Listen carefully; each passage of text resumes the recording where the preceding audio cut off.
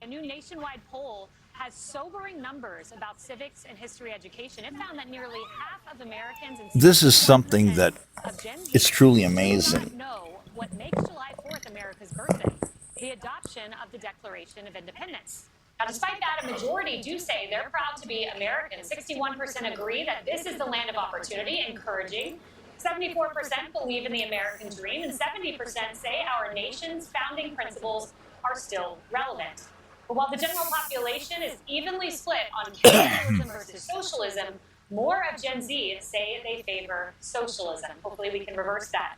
Look, Lisa, one thing that I'm encouraged by is when I look at the age of some of our founders at the signing of the Declaration of Independence, James Monroe was 18, Alexander Hamilton.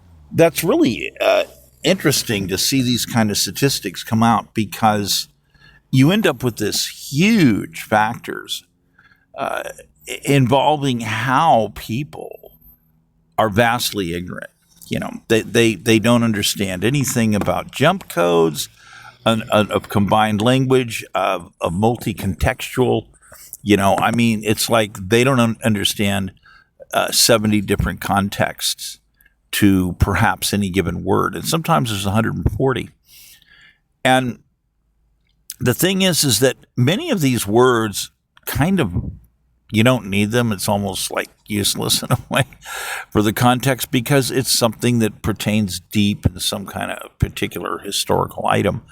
But you might. So this is why you always want to have certain types of tools on hand to be able to look at things. But these statistics are frightening, because we have a bunch of people, they don't know the history of the country. They don't understand the core idealism values of the entire revolution. They're just totally lost on this whole thing.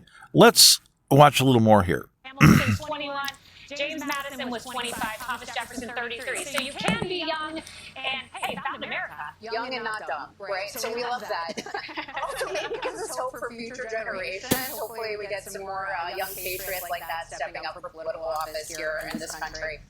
Look, I will take a little bit of ignorance as long as they're still patriotic. What's dangerous is some of the things we've seen over the years with things like the 1619 Project and this critical race theory. This idea of placing 1619 at the center of the American story instead of 1776. Because the whole point of it is to teach young people to believe that America was rooted in oppression, division, racism, that we are an irredeemable country, and not the things that bring us together, like equality and liberty and these God-given freedoms that we've been given, not government-given.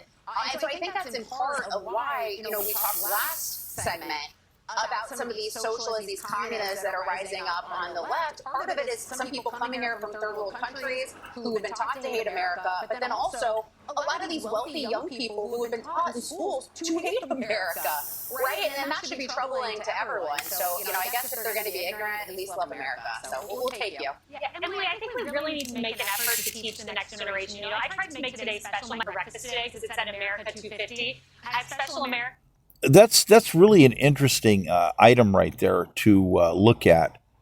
To say that literally that we have people being taught in school to hate America, to hate Americans, and that is something that's actionable. Actually, you can't do that because it's not only not true, you're promoting rebellion. And this is that's a huge problem. You cannot promote rebellion, And as we have these people who basically absconded with monies for various purposes, they are deeply in criminal territory.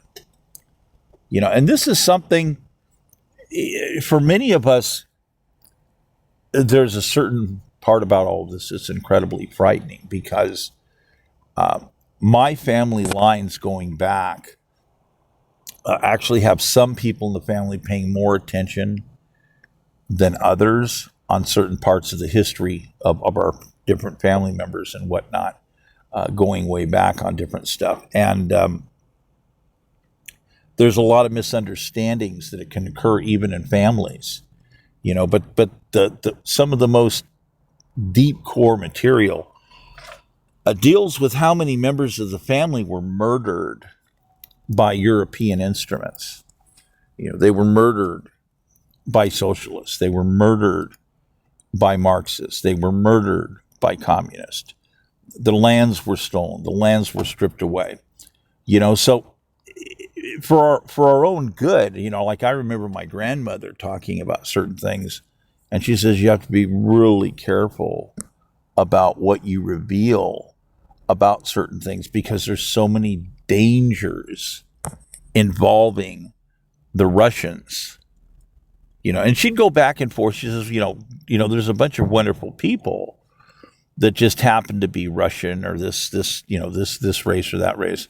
But when it comes to the deep core people and the people who run all the parties and all this other stuff, that there's these extreme dangers. They keep extensive records on basically everything that they've done. I mean, I don't know how many people have bothered to pay attention in some of these deep documentaries on these mass killings that have occurred and how they documented it. They filmed this stuff. They did photographs. They even did reels of film on massacres, where they would go into towns and just basically loosely sort out some people they thought would be loyal. And they took the rest of the entire town and split them into two categories. One, either slave labor, and they ship them off someplace out of the town, or it was genocide. It was like, yeah, just kill them. Just kill them. So you had entire towns and villages that were there, and then they're gone. They become extinct. And then many of these end up coming back in a way, but they're being populated by people completely different. And sometimes you have stories every so often where people will go back to a town and they'll start to look around and they don't know anybody there at all. They don't recognize anybody. And maybe there's just a very few people. And they'll start asking questions, and sometimes that would be dangerous. People end up getting rearrested and sent to another labor camp or something because they would ask too much about, well, what happened to all the people? Where did all the people go? And why are all these strangers occupying lands that belong to these other people? So I mean, there are massive records involving all kinds of activities that occurred. And, eventually people get into archives and they get a hold of them. Sometimes they're intercepted by spying and whatnot. Other times you have people that are like, oh, we're just going to release this. It used to happen all the time in Russia. You'd have people, they would just turn around and boom, they just release a whole bunch of stuff. And it's like, well, they're not supposed to do that. Well, they found it and they decided to do it anyhow. And here's all this, genocide and all this stuff. And, because my grandmother, she was very upfront about, all the lands that were stolen by the Germans and the Russians away from the family. The entire family should be incredibly wealthy just based on the lands that her father possessed, that he had. I had a partial appraisal done. I couldn't get a complete list, but I got a partial list. And just based on the partial list, I had a guy I knew was an international attorney. And he says, hey, he says, your lands are worth like $4.5 billion of what you pointed to. I did the valuations on this because they chopped them up. They sold it. They've done all these additions. And the land value of those deeds is like worth easily $4.5 billion. And that wasn't even all of them. And it's like, wow, this is just amazing. And there were very few people in the family here in America that actually wanted to really pursue certain things. They're like, oh, that's the past, just get over it, or this or that. Some of them are either procrastinating or they're afraid.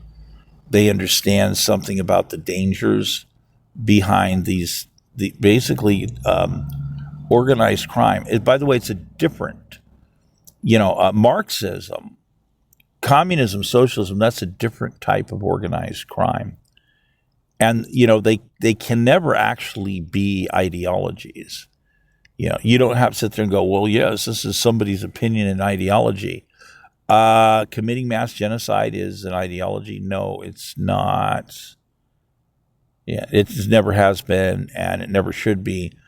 And among some of the things the Royal German Empire wanted to do is basically massively infiltrate everything they could, including universities, and they were very committed to forcing Marxism and communism and some forms of socialism on people because they wanted people to be brainwashed. They wanted people to do dumb things like take all of their life's research and go public with it.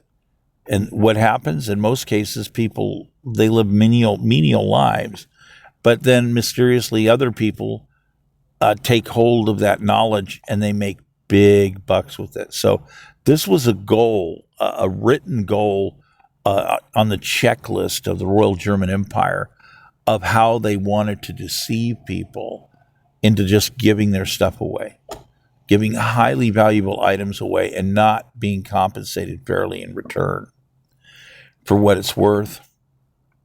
Because they wanted to acquire all of this, incredible, talented work that people have done for nothing. In other words, I mean, just think about it. All of a sudden, somebody's not just doing the equivalent of, imagine today. Imagine somebody working for 20 years that apparently has a sheepskin on some special pet projects. And they use maybe some university resources from time to time, their own resources and whatnot. And then all of a sudden they reveal all this stuff. Sometimes they get a little bit of money donated to them for research or whatever, and they get equipment. And then all of a sudden they're just going to totally go public and just like give it all to the world, And that's just like, wow. How would you like to inherit all this massive amount of information? Now, I'm not saying that people didn't do that. You had people that researched stuff. With my nonprofit, I had people that donated research into the nonprofit because they had died. They had died and they wanted, they wanted some of this research to be preserved. And, so I ended up getting a hold of it. And other times it was from family members. And they says, they knew of me and I was mentioned and it was, this would be a good idea if we just, hook you up with this. And other times it was, they didn't know me and I'd be interested in certain things. You show up at the estate sales and I'm looking through certain books. And all of a sudden they're interviewing and they're talking to you. And all of a sudden they go, well, you know what? Come over here. You need this. They figure out I'm in, that I'm interested in certain things. You need all this right here. And it's just because we're not sure what to do with it. And you are different than these other people that, come up, showing up with like foaming mouths or this or that. And, and you have an interest. So it'd be better if it went with you.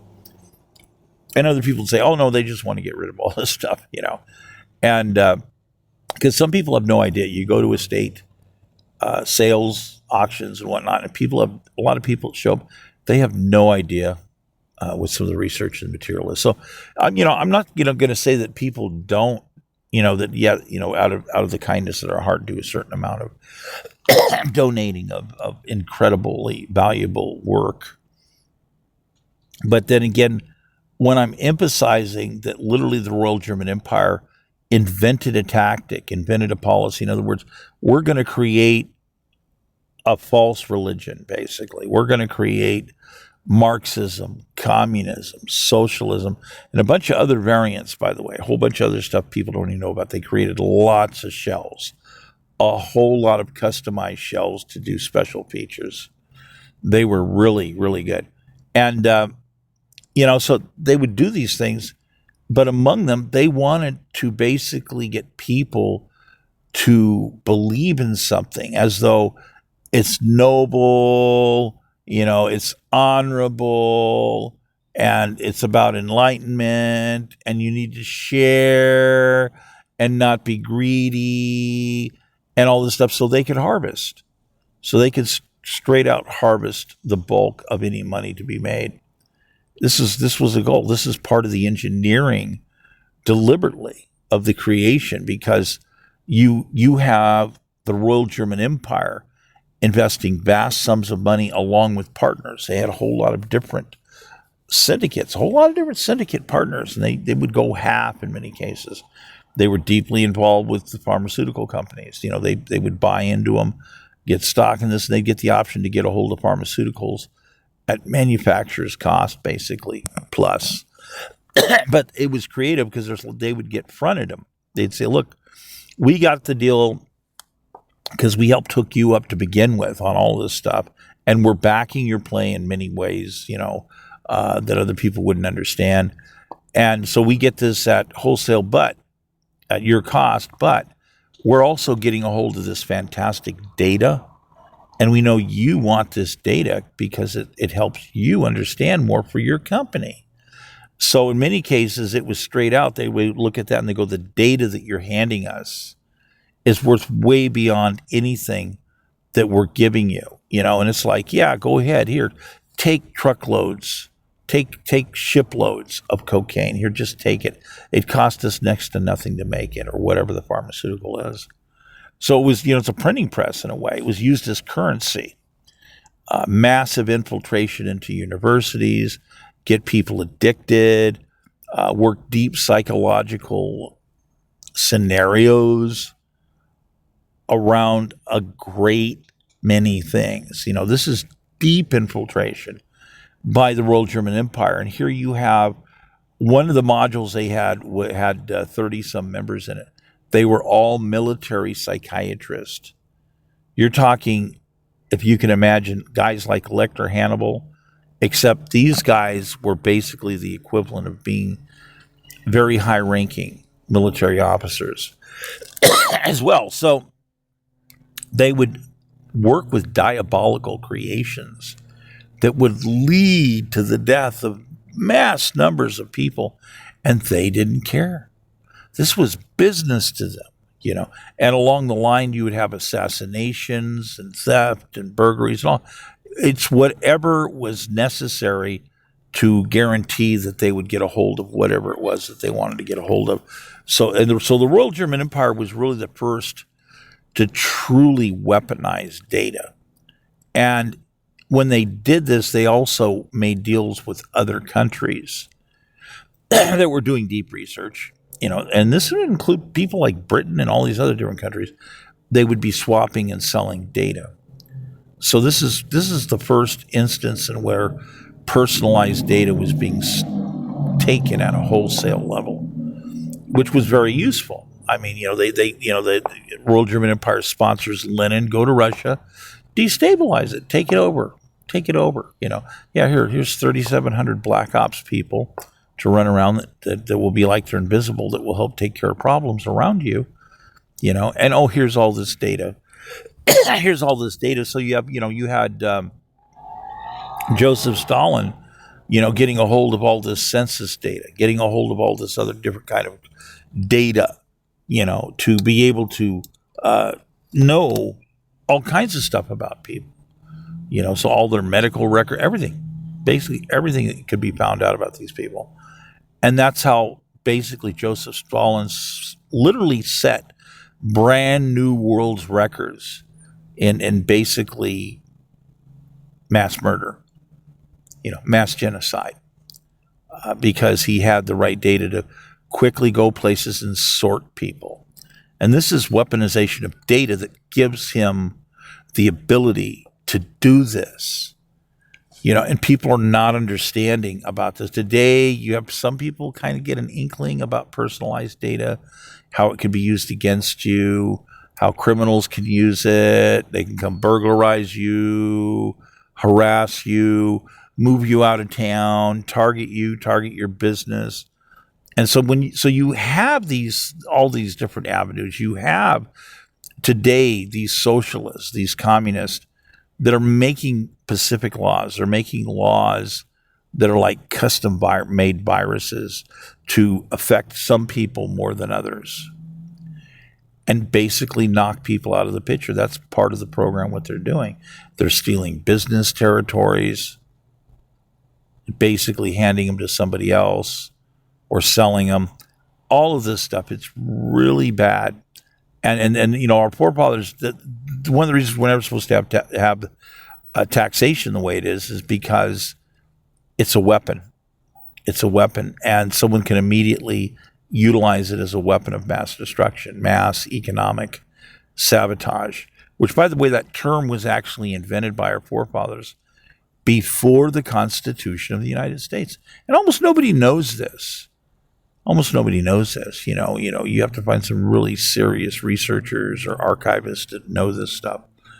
And so the shock that you have all these people that they're ignorant and virtually everything, and they're getting in bed with these criminal organizations, and they're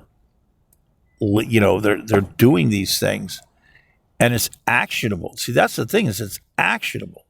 So you have people like me. It's like, yeah, we know. I can say, gee, we know all about it, but the truth is, these people were so big. These European instruments, so big, so many places that got into this stuff, it's hard to say, yeah, you just know it all, but I know more than enough. How much you know? I know a lot. I know more than a lot of history majors know about some of these things, because the mass murders, of what was done, and people they don't get it, And the records that were kept, the Russians, the KGB, they kept records on all the people who left Europe, who also owned land. And this information is utilized on list, and they bring it into these different people and say, yeah, we want you to make this law, and this is how it works. So some of the structure of these write-ups are actually done by other people in foreign countries. In some cases, they're going to tell people about it, and they're going to help them along. There's no way you can prove, in some cases, that these people didn't just come up with it by themselves, but it all follows certain mindsets. They're all deeply in bed with taking unfair advantage over certain people. It's just, beyond absurdity. It's to the point where people are being taxed to death. It's genocide. We see all these homeless people all over the place, and their rights are not being protected. It used to be not so long ago at all. I mean, not so long ago, 20% of people that were homeless are what you would call vested citizens in the United States. Their lineage goes back 150 or more years, or 75 or more years. So you have all these groups, and it's just amazing. Here, I'm going to go ahead and finish some more. Let's listen more of this. 250 kids drinks for them plan, adult beverages aside. And then tonight they're going to do sparklers for the first time, because I want to sear into their memory today and what it means with special little things so that they remember and they're not part of the socialism crowd. That's right. Your influence is the strongest thing you can ever do for your children.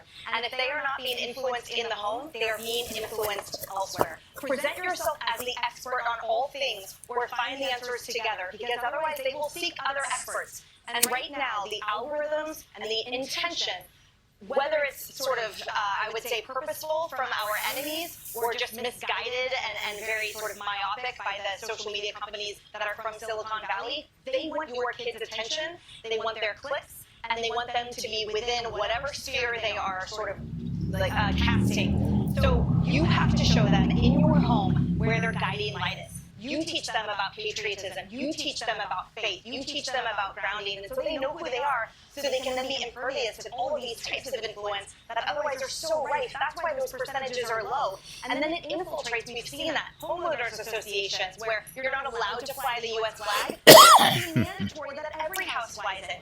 We've talked about what my parents shared with me. Obviously, a love of country, patriotism, U.S. veterans. I knew my story.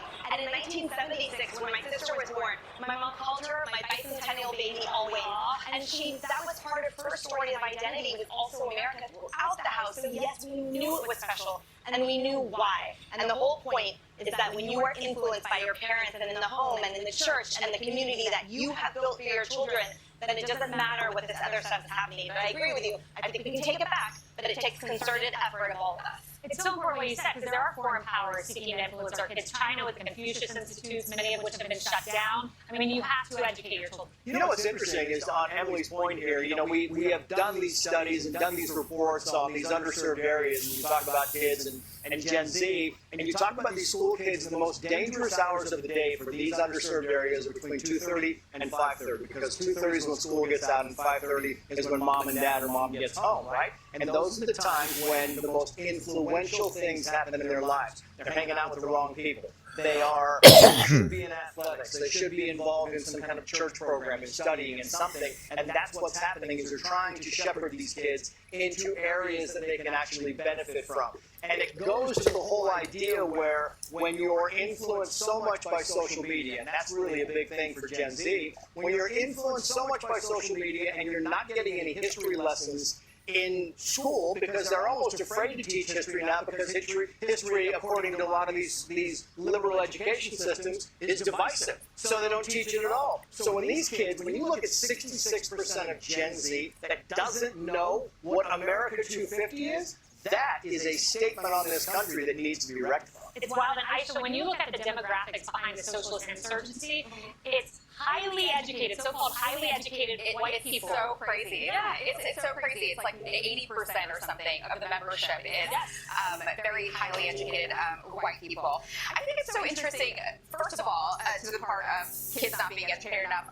As a kid, I had to teach my mom to pass the citizenship exam, so maybe we should do a trivia afterwards. I think I'm pretty good at it. I was really tough when I was a kid. It was a really hard exam. But I will tell you that I do think it starts at the home, Emily. You're absolutely right. Obviously, there's our education system needs some work, but it does start at the home. I grew up, I thought everybody grew up the way that I grew up. So I came as a 6-year-old. I knew zero English. I knew such little English that I would leave my first grade class and go find my brother's classroom and sit with him all day because I was so scared of all the other kids speaking English. My dad's first job was flipping burgers at a Jack in the Box because he needed a job to get an apartment, put a roof over our heads. He sold men's clothing at the men's department at J.C. Penney's, and he worked his way up to General Motors.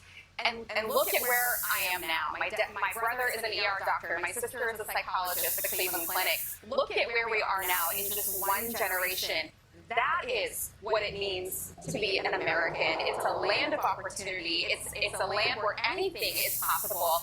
And that is what we should be teaching our kids in the next generation, is that you can truly become anyone in one generation. I mean, I truly can't believe what has happened to me. And I know my family watches and sees all the crazy things that I do and all the places I go around the world. How could that have happened to somebody, a little immigrant girl that came over and speaking a lick of English, to where I am now? If that is possible, that's possible for any kid out there. Can I quickly say, that's the American dream. And what I heard you say is that your family came here and wanted to be part of the American story, wanted to be part of the American dream, wanted to be part of the success, and that's what we need. Heard victimhood. Victimhood was never, and there's a lot of trauma in my family's past. My grandparents were refugees, lost everything when partition happened, but never once did I hear my grandparents, my mother and father talk about being a victim. Not once, and I think that's the difference. Yeah, it's Vice President J.D. Vance too, right? He was from poverty and the Rust Belt, raised by his grandmother, didn't make it.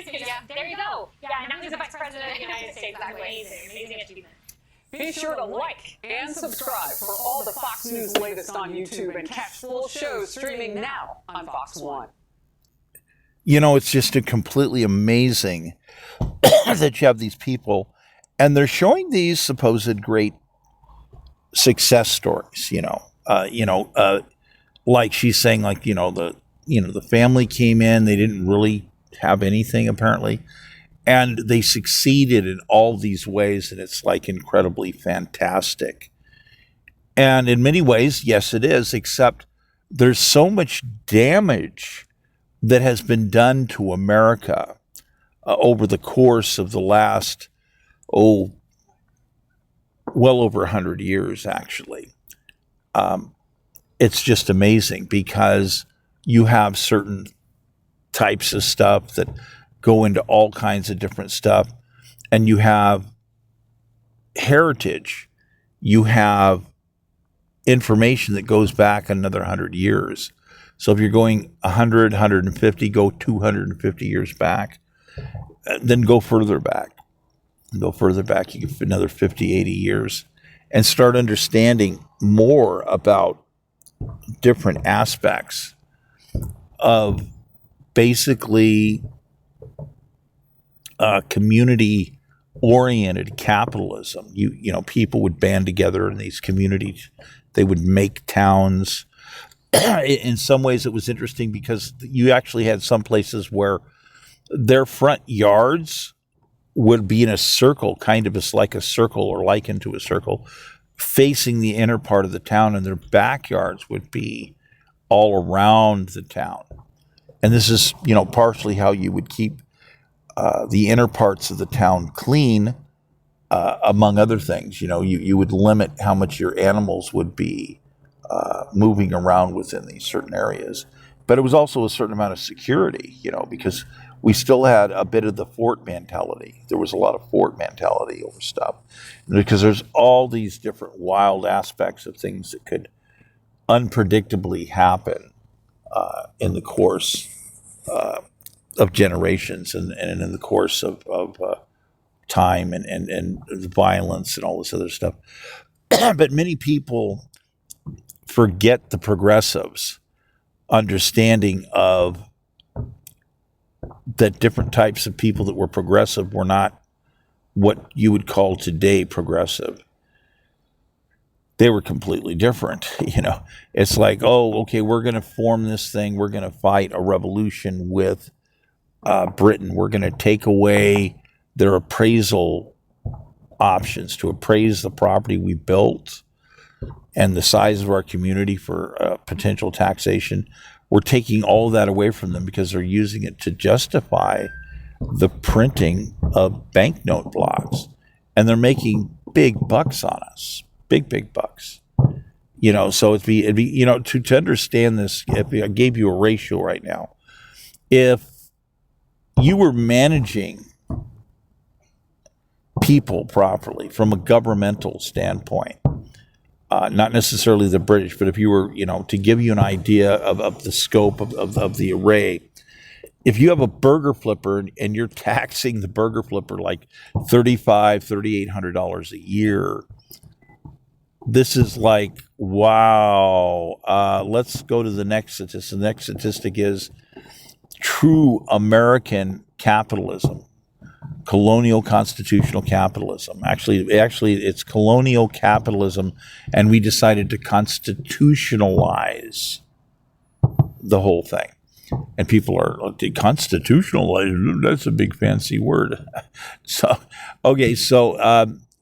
basically, if you can back people and say, yes, we will back you and guarantee money and land for you to have and be able to build on it, because you're going to create these assets that by today's standards, why would you tax a burger flipper $3,800 if you could get them to build one house a year? Just schedule it in their work situation, build a house. And then you basically can appraise that new construction and how, and plus you do a separate appraisal on how many other types of construction growth occur. And you figure out worst case scenario if you have to do emergency taxation. And those are the two main statistics you work with to justify the printing of notes. So in other words, if you have a burger flipper make a brand new house and you back them to do it, you're going to end up creating the ability to print $150,000 brand new money. But the assets are there in balance. In other words, there's no devaluation of currency. You're not just printing currency to be printing currency. There's a relationship to the new hard assets that back it in this relationship way. So again, if you could back them to build houses and you'd end up being able to print 150 grand, why would you want to only focus on, gee, can I tax them for $3,800? Why would you want to waste their time? It'd be like, it'd be better if you just had a part-time job, but you can make far more money. We'll loan you the money. You can pay yourself the equivalent of union wages. Yeah, you can pay yourself like $38 an hour. How much does a burger flipper make? It's not $38 an hour, is it? So, yeah, if we're backing you to build your own home with your own hands, you would be able to pay yourself not only that union wage, but you're also the owner, builder, contractor. So you're going to get an extra cut off these zones of a pay. So, yeah, so in other words, you can make 100 times, 10 times, 15 times. You can make 30, 40, 50 times the amount of money if you back people to use their own labor to be at max production. That would be efficient management. It really would. But we have people in government, they're not efficient. They don't want to back you. Socialists don't want to back you. What socialists always want to do is just keep taxing you, inventing new permits, inventing new regulations, just any type of possible excuse they can come up with. Anything and everything. So they can get more and more control over you, so that they can control and decide either to waste your time or whatever they want to do. It's a control thing. And these type of beliefs, so-called belief systems, those are destroyer philosophies. Go uptown and rob the rich folks. That's a destroyer philosophy. That's a criminal mindset. As opposed to be a new builder and a builder philosophy and a builder mindset and create assets. So, that's your night and day right there. And we have people that are in school that don't have a clue. We could look at Los Angeles. Los Angeles spends basically $480,000 when I was researching. This was some years back on 13 years of schooling. So your kid goes to school for 13 years. They've extracted 480 grand for the overall price of the process. And they present you with, they go, well, 50 parents should be proud. 56% of the graduating class were placed in jobs as burger flippers.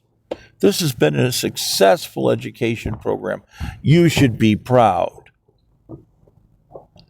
And, some of us would be still in shock if they ever stood up and told the truth and said that. Because if we're looking at a calendar, go back to the year 1750. 1750, vested citizens began carpentry in a pretty serious manner and understanding it at age 12. Age 12. Everybody in the community was building something. There was always growth happening somehow, always a barn raising. People would show up. It's like a party. We're going to go over here for the day or maybe the weekend and just might camp out in a tent.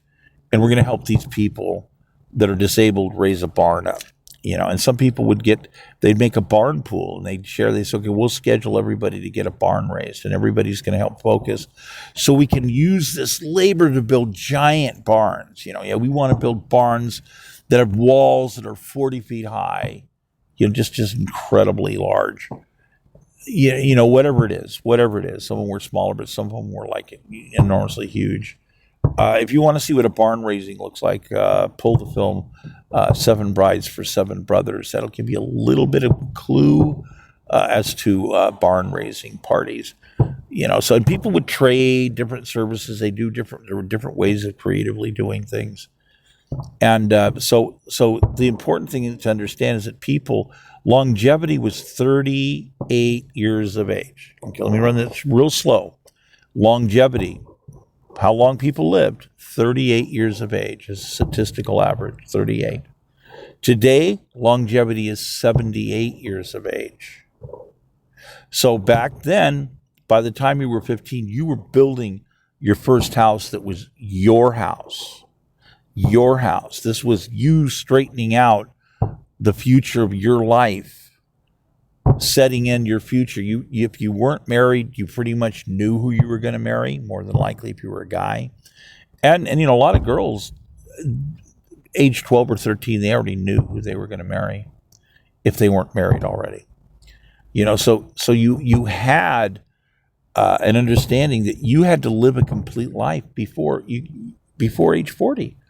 Longevity was 38 years of age, which means you can't go to school to age 18 and then become a burger flipper and then fight through college for 6 years and then be in debt over college at, say, 25, 26 years of age. You're going to be dead before you wouldn't make it to 40 years of age. What about getting married, having kids, procreating? Straight building an estate up. How are you going to do all this? Not that I couldn't tell you some ways that you could do that, but the reality here is like getting hit in the side of the head with a board. Because age 15, you were building your own house. Max production was all about you. It was your labor. Original colonial capitalism thinking is whenever possible, you want to be at max production in some way, building assets or longevous assets. Somebody's going to, end up becoming a blacksmith, and somebody ends up saying, well, I'm going to start smelting things and start making hand tools and axes and hammers and saws and whatever. Those are, a saw is a saw, hand tools today. A metal wrench, really good metal wrenches are going to be existing easily 100 years later. They'll still work. They're longevous. So you have to, if this is not gripping you, you need to break out a notebook and go over these facts really careful and analyze this and see what I'm talking about and understand that something went horribly wrong between the year 1750 to today, because now we have socialists who have banned carpentry. They banned you from using your own hands to build your own home, even if you need to do it to protect your life from the elements. Eskimos, people in Greenland, they look at us, excuse me, in California. And to them, it's like looking at a horror movie. They'll look and say, that's genocide. Eskimos, that's genocide. They won't allow you to build a shelter to protect your own life. These people are committing crimes against humanity. So, when you start equating this and understand that, you're today we have modern tools. Modern tools means what? Just go any place you see a bunch of guys trying to get pickup work. Maybe they're not Americans. Yeah, there's a good one. There's a good example. Go find someone that's not a citizen and walk up to them and say, hey, look, I got all the land. I got all the materials. How many houses can you build me in 1 year if I have all the materials? I got the land ready to go. Permits aren't a problem. That's already done. And I'll pay for, 2 helpers. And ask them, and I'll tell you what they'll tell you. They go, oh, I'm a good carpenter, senor. I can build you 3 houses per year. 3 houses, no problem. I'm a good carpenter. This is the reality that we have moved forward in creating efficiency. We have battery-operated hand tools. that people could only dream of getting a hold of something like that. What a piece of fantastic magic in the year 1750. So, you did have people that were making one home a year in 1750. And again, longevity was 38 years of age. We have people now saying, no, you're not supposed to retire till 65. Well, 62 at a lesser amount. But see, so here's the deal. It's like, what's going on? What is this? So, 60, say you retire at 62. At 22 years of age, you're still expected to work 40 years. 40 years before reaching retirement. And people are telling you maybe you'll achieve the American dream of owning your own home. You would be, go back in the year 1750 and give those same speeches. They would hang you from a tree. They would immediately call you a criminal and say, man, we're not going to listen to this propaganda you've invented. This is ridiculous. The sheer concept that you're not allowed to protect your life from the elements by building your own home. Eskimos would bring you in front of the tribe. There would be a tribal trial. And you would be found guilty of crimes against humanity doing the kind of stuff that the leadership does in California right now. And all these people, they have no plan. Their plan is to go uptown and jack the rich people. That's not a plan. They're not guaranteeing that you have your labor is bankable and that you can build as fast as you can. Vested citizens have that right.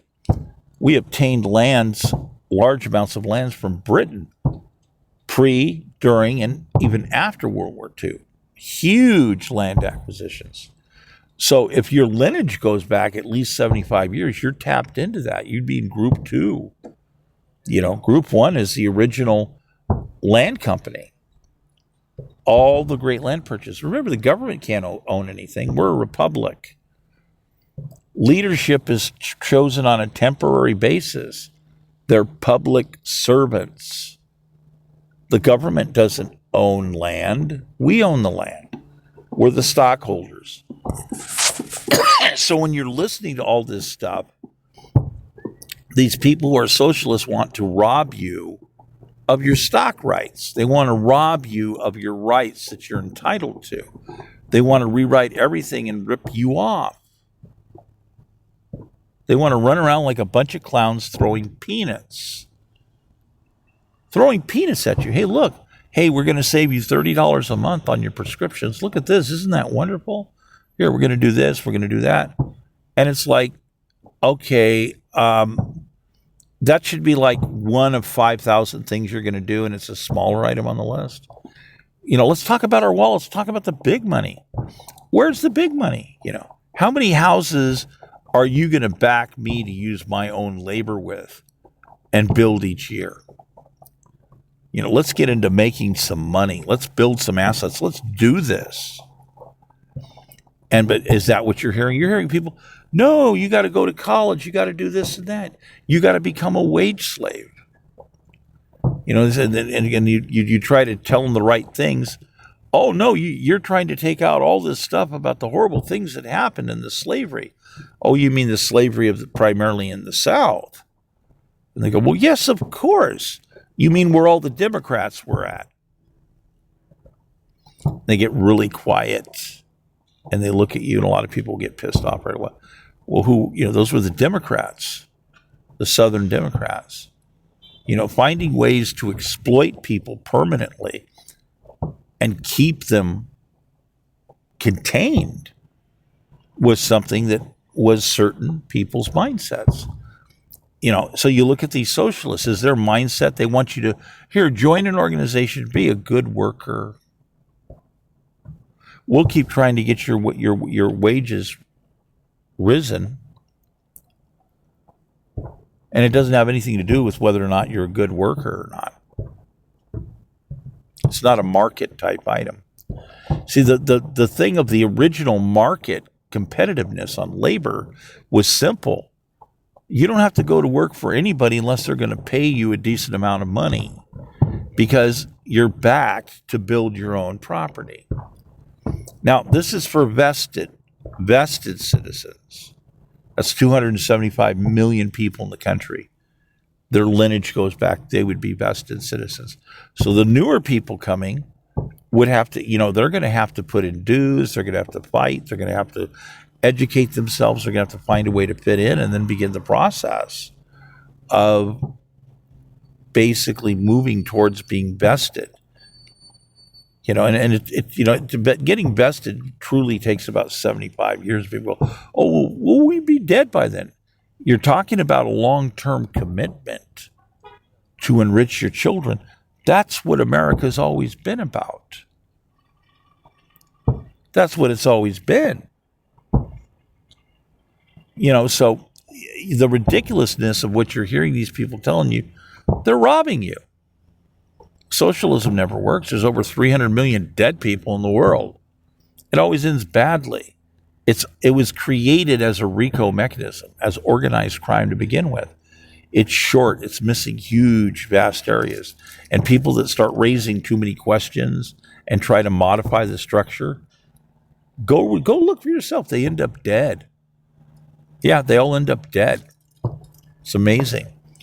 So, this is a long-term project or series of projects to basically have the parent corporation, Royal German Empire and their syndicate members, create child corporations, organizations, Marxism, communism, socialism, etc., and they would evolve on their own. And they would take care of business. There was always an input into the Royal German Empire and their syndicate doing business. Literally, Karl Marx was on the payroll. So was Lenin. Lenin was on the payroll. So was Joseph Stalin. Joseph Stalin. All these people are what you would call as made people. They're made people. Now, some people says, well, that sounds like an American mafia thing. I used it to give you an idea because it's different. It's different, but it's the same. To understand that this is what's happened with those people. Somebody made those people. They gave them money. They did stuff. Karl Marx. Very prolific, right? No, he had people practically bringing him documents daily for him to copy verbatim. They came from these centers where you had rooms full of basically, black ops scholar types. We're talking, remember I mentioned the 30 killer psychiatrists for the Royal German Empire on the tactical table that were kind of like Lecter Hannibal. Yeah, people like that. And they're making the most advanced propaganda and business options into these different types of deceptions so that they can puppet everybody. There used to be a popular term. The Russians would always get pissed off and start pointing at somebody and saying, you're a puppet. You're a puppet. You're another one of those Royal German Empire puppets. And after a while, it's just, you're just somebody else's running your strings. You're a puppet. And people don't understand this. They really don't understand this in school today. And they're cheating each other. Your labor should be 3 houses a year. You should be able to build 3 small houses per year. That's 30 houses in 10 years. You could retire in 5 years. So listening to all these lies that these people are pushing on us is something that we have to end. We have to put a stop to these people. They're criminal operations. They're hiding the darker sides. They're hiding the other parts about dirty deeds getting done. And they get into government and they can control all the books. They can commit vast amounts of fraud.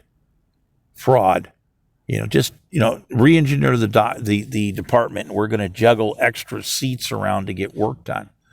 But you don't need that many people to actually do the work. So you end up there's all these ways you can invent things and circulate money around and then end up taking it. So it's just incredible. And people today don't see this. They're not taught this. And again, there's those of us, our family lines go back. We know that we had mass numbers of our family murdered by the Russians. They came in, they stole our lands, they murdered people. Yeah, it's one side of my family. The other side of my family goes back prior to the Constitution of the United States. Yeah. So, I'm in the founders class, whether people want to realize it or not yet, but bloodlines of people that did certain things and their lineage expanded, we were fruitful and multiplied a whole lot, So there's all this different stuff that happens, and then you have downturns happen, all kinds of weird stuff. My father was upset because his dad died, and he was convinced that the government had something to do with his dad's death, but he didn't know exactly the whole story. And that was probably somebody in government or somebody who got into government. So you have mass infiltrations in government from who? Foreign spies. Foreign spies. People in government are the ones that commit crimes. Government, you can say government crime and government commits crime, but we all know the actual reality is it's people in government that actually do the wrongdoing. For speed's sake, we can condense it down and say, yeah, it's the government. But there's more to unfold there to see the real picture. And with AI now, we can do massive quantification, mass economic modeling, and basically have total accountability. This is where you have places like California. They committed a coup. They're in mass rebellion. They never want to cooperate with any form of audits. They always want to arrange something strange because as people come in and start doing stuff, they start noticing stuff and go, wait a minute. And we're seeing a lot of this unfold right now. And there's more to it than that. There's all these other violent attacks that were sponsored and all this other stuff. Enormous amounts of violence. My campaign is enormous amounts of violence. The damage is mind-boggling. Going into COVID, didn't owe anybody a dime. A fleet of 34 vehicles. I had a dozen motorhomes that I could just actually they were scheduled to be put onto the LA freeway system as I was running for office. But then I'm coming under attack. I'm being blacklisted. I'm being ordered to shut down, ordered to stay at home,